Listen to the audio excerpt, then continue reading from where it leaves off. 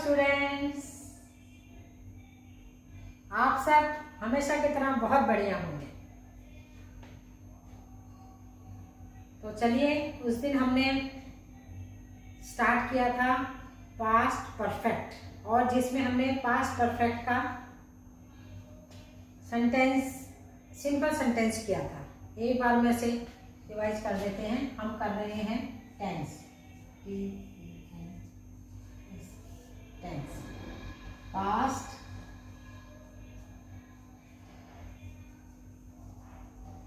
Perfect. ठीक है, इसके रूल क्या थे? Subject plus had plus verb की थर्ड फॉर्म। ठीक है,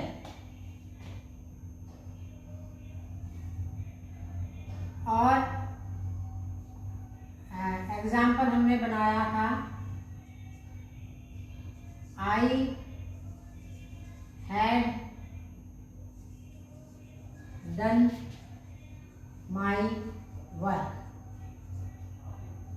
मैंने अपना काम खत्म कर लिया था, मैं अपना काम खत्म कर चुका था। ये है सिंपल सेंटेंस। ठीक है, अब हम बनाएंगे नॉट वाला। नॉट वाले का रूल क्या है? हैड के साथ नॉट लगाना है। ठीक है, जैसे एग्जाम्पल,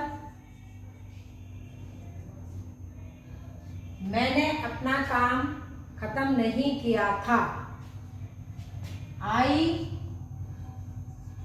हैड नॉट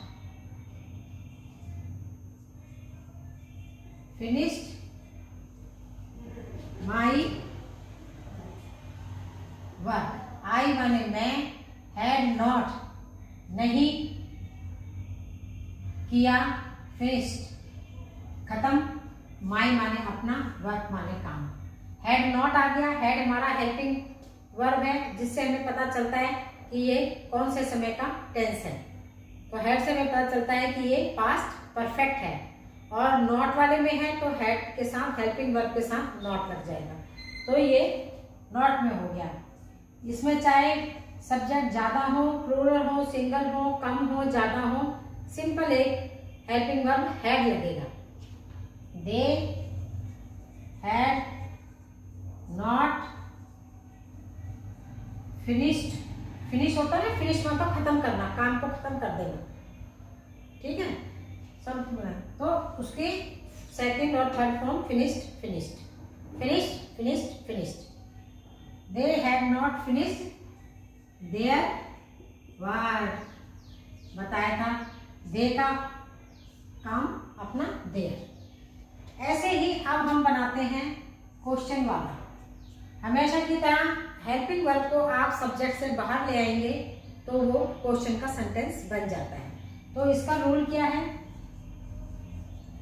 इसमें आएगा हैड, फिर उसके साथ में आएगा सब्जेक्ट, और फिर वर्ब की थर्ड फॉर्म। ठीक है, एग्जाम्पल क्या होगा? हैड पहले आ गया, हैड आई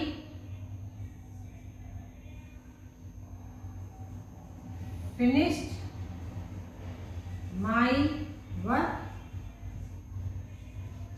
क्या मैंने अपना काम खत्म कर लिया था? हैड बन गया क्या, खत्म का फिनिश्ड हो गया। राइट। अब ऐसे ही है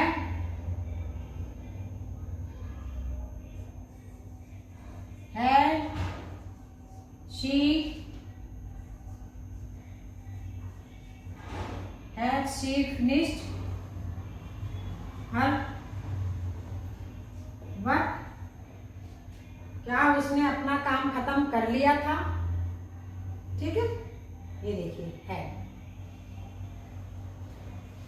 जहाँ पे अब दोनों चीजें हैं, जहाँ पे नॉट और क्या एक ही सेंटेंस में होते हैं। क्या मैंने अपना काम खत्म नहीं किया था, क्या भी हो गया और नहीं भी आ गया। अब होता है ना, इस तरह से भी आप अपने बात को रखते हैं, बात को कहते हैं, अपना सेंटेंस बनाते हैं। तो इसको हम कैसे रूल में लेंगे, नॉट और क्वेश्चन वाला सेंटेंस, ठीक है। इसमें क्या होगा, हैड पहले आ जाएगा, हैड प्लस सब्जेक्ट आ गया बीच में, इसके साथ में फिर नॉट आ गया और फिर वर्ब की थर्ड फॉर्म आ गई, राइट। क्या वाला भी हो गया और ना वाला भी इकट्ठे आ गए। तो कुछ नहीं करना, नॉट बीच में लाना है और हेल्पिंग वर्ब जैसे पहले सिंपल बनाए, had I finished my work, क्या मैंने अपना काम खत्म कर लिया था, क्या मैंने नहीं किया था, तो हैड के साथ में नॉट लग जाएगा। तो हम यहाँ पे इसको ऐसे बनाएंगे, had I not finished my work, क्या मैंने अपना काम खत्म नहीं कर लिया था, right. Had I not finished my work, क्या मैंने अपना काम खत्म नहीं कर लिया था, ये नॉट बीच में आ गया। तो ये हमारा हो गया पास्ट परफेक्ट टेंस कंप्लीट। आपको छोटा सा और एक साथ साथ में आपको डिफरेंस का मालूम पड़ जाएगा। तो हम पास्ट परफेक्ट का हमने बना लेते हैं यहाँ पे छोटा सा एक,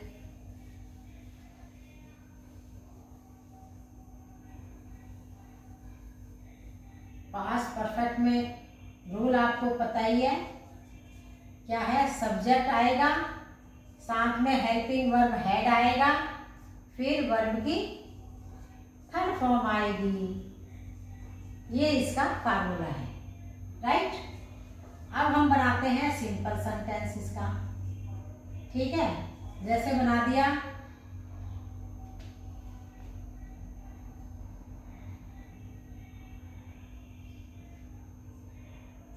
he had done his work, ये सिंपल है।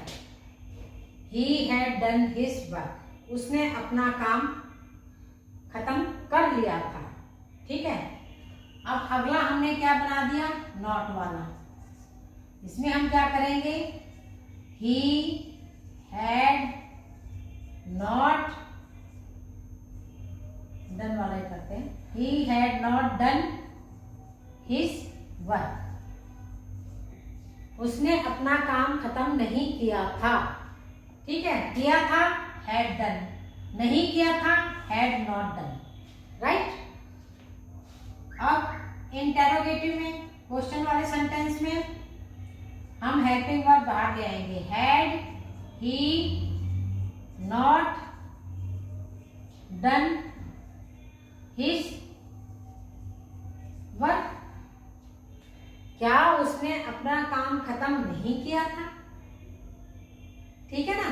सिंपल भी हो गया, नॉट वाला भी हो गया और क्या नहीं वाला भी हो गया। ऐसे ही आप बना देते हो, they had, ठीक है, कुछ भी बना दो।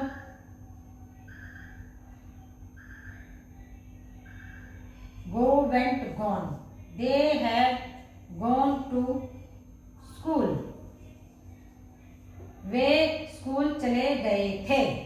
go went gone, इसकी तीन फॉर्म क्या होती है, फर्स्ट फॉर्म क्या होती है go, फिर क्या होती है went और तीसरी फॉर्म क्या होती है gone, तीन फॉर्म होती है। तो ये हमने थर्ड फॉर्म लगाई है, ठीक है। इसी को हम पहले ना वाला बनाएंगे तो हो जाएगा they had not gone, they had not gone to school, इसी को हम क्या वाला बनाएंगे? तो had they gone to school? क्या वे स्कूल जा चुके थे, चले गए थे? और क्वेश्चन वाला और नॉट वाले में इकट्ठे में कैसे बनाएंगे? Had they not gone to school? क्या वे स्कूल नहीं गए थे? आप प्रैक्टिस करेंगे तो अपने आप क्लियर होता जाएगा। पहले सारे सिंपल वाले सेंटेंस बनाओ, अलग अलग सब्जेक्ट लेके बनाओ, आई वाला, वी वाला, यू वाला, दे वाला नाम से। फिर उसको नेगेटिव सेंटेंस बनाओ, फिर इसको क्वेश्चन वाला इंटरोगेटिव सेंटेंस बनाओ, फिर उसको क्या और ना वाला बनाओ। तो आप डेली का ऐसे प्रैक्टिस करेंगे तो आपको कंसेप्ट क्लियर होता जाएगा, रूल भी याद होते रहेंगे और फिर आप इसको एकदम से जैसे हम हिंदी में फ्लुएंटली बोलते हैं उसी तरह से हम इंग्लिश में भी बोलेंगे। फिर हमको प्रैक्टिस हो जाएगी। फिर आप अपने घर में अपने भाई बहनों के साथ बोलिए, एक दूसरे को साथ में बैठ के सीखिए, एक दूसरे को करेक्ट कीजिए, मिस्टेक्स निकालिए, तो आपकी फ्लुएंसी बढ़ती जाएगी।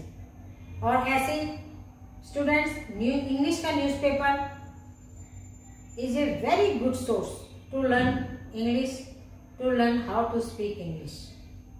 आप ऊंचा ऊंचा अपने इंग्लिश के न्यूज़पेपर के जो हेडिंग होती हैं, हेडलाइंस होती हैं, उनको पढ़िए। फिर उनकी नीचे की स्टोरी को पढ़िए कि क्या घटना लिखी हुई है। फिर उसमें से आप पेंसिल से उनको मार्क करिए, पहले अपने आप को ही जानने के लिए कि आपको कितना आया है। इंग्लिश का पहला पढ़ो, उसमें से सेंटेंस को मार्क करो। एक सेंटेंस पढ़ा, देखो ये कौन सा सेंटेंस था, ठीक है, पहचानना करो कि आपको याद है इनके रूल रेगुलेशन की नहीं। फिर ये अगला सेंटेंस कौन सा है, पास्ट में लिखा है, फ्यूचर में लिखा, क्या लिखा हुआ है, उनको पहचानना सीखो। फिर पढ़ना सीखो, फिर प्रोनाउंसिएशन सीखो, ठीक है। अब तो यूट्यूब भी आपकी बहुत हेल्प करेगा हर चीजों को सीखने में, प्रोनाउंसिएशन में, किसी भी चीज में। जहां पर भी आपको किसी को पूछना है तो आप उसमें से भी हेल्प ले सकते हो।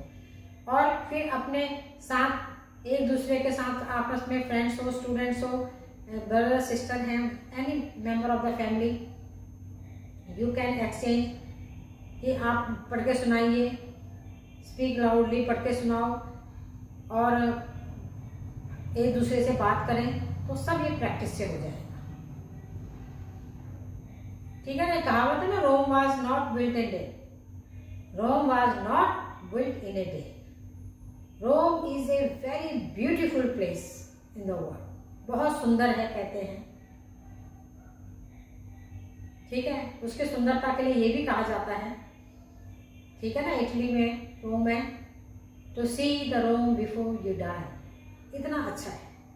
तो वो एक दिन में नहीं बना ना, जब बहुत मेहनत बड़ा मेंटेन किया होगा तभी सुंदर बना होगा। तो इसीलिए कोई भी चीज़ें हम एक दिन में सारी टेंस नहीं सीख सकते, इंग्लिश स्पीकिंग नहीं सीख सकते। इसके लिए आपको प्रैक्टिस करनी पड़ेगी, बहुत पेशेंस के साथ। अपने आप को जब तक करना है, जुनून होना चाहिए किसी चीज़ को सीखने के लिए, करने के लिए, फिर कोई चीज़ इम्पॉसिबल नहीं है, मुश्किल नहीं है, ठीक है। तो आपने बस ऐसे न्यूज़पेपर जरूर पढ़िए, इंग्लिश के कोई भी बुक्स हैं उनको जरूर पढ़ो, सेंटेंस पहचानो, सब आपको क्लियर होगा और इंटरेस्ट बनेगा। यही इजीएस्ट वे है। शौक रखिए, शर्माइए मत कभी भी लैंग्वेज में। It is a foreign language, international language. जब एक इंग्लिश पर्सन गलत हिंदी बोल सकता है तो हमसे गलत अंग्रेजी बोली गई तो व्हाट्स द प्रॉब्लम? क्यों कोई भाव आना? लैंग्वेज है, सीख रहे हैं, सीखो, ठीक है बच्चों। ओके, तो अब हमारा पास्ट परफेक्ट कंप्लीट हो गया। Simple, negative, interrogative and negative. Okay, have a nice day, good night.